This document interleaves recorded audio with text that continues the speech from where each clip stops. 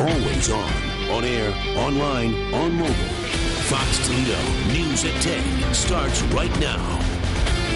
Working together, that's what the TPS boss and the teachers union boss are doing this week at a conference in Denver.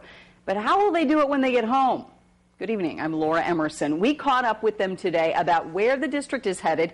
Fox Toledo's Sean Hegarty got a chance to talk to them both, and he's here live to explain what they had to say. Well, I think it's pretty clear, despite how close you're going to see them sitting next to each other in an interview that's coming up in a couple minutes here. They are pretty far off on a couple of big issues so far, but both of them, having talked to them today, seem pretty optimistic that they're going to get through this and they're going to move to the next phase of the district. And the biggest issue so far is a deficit of about $40 million. The district already has a pretty dramatic transformation plan in place.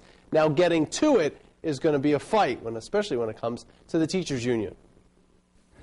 Superintendent Jerome Pecko and teachers union president Fran Lawrence are talking collaboration with districts across the country. One of the first things they learned is that the TPS financial problems are not unique to Toledo. We got good information from around the country that every district is facing a similar situation with just maybe a few exceptions. The solution is where they differ. The cuts the superintendent is offering includes the layoff of about 240 teachers.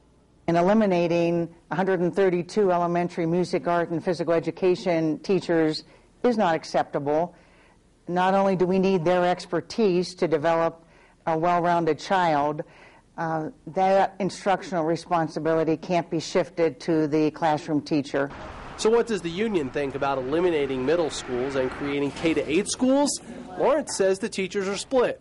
We want to make sure that it's done efficiently and orderly to support our teachers and students.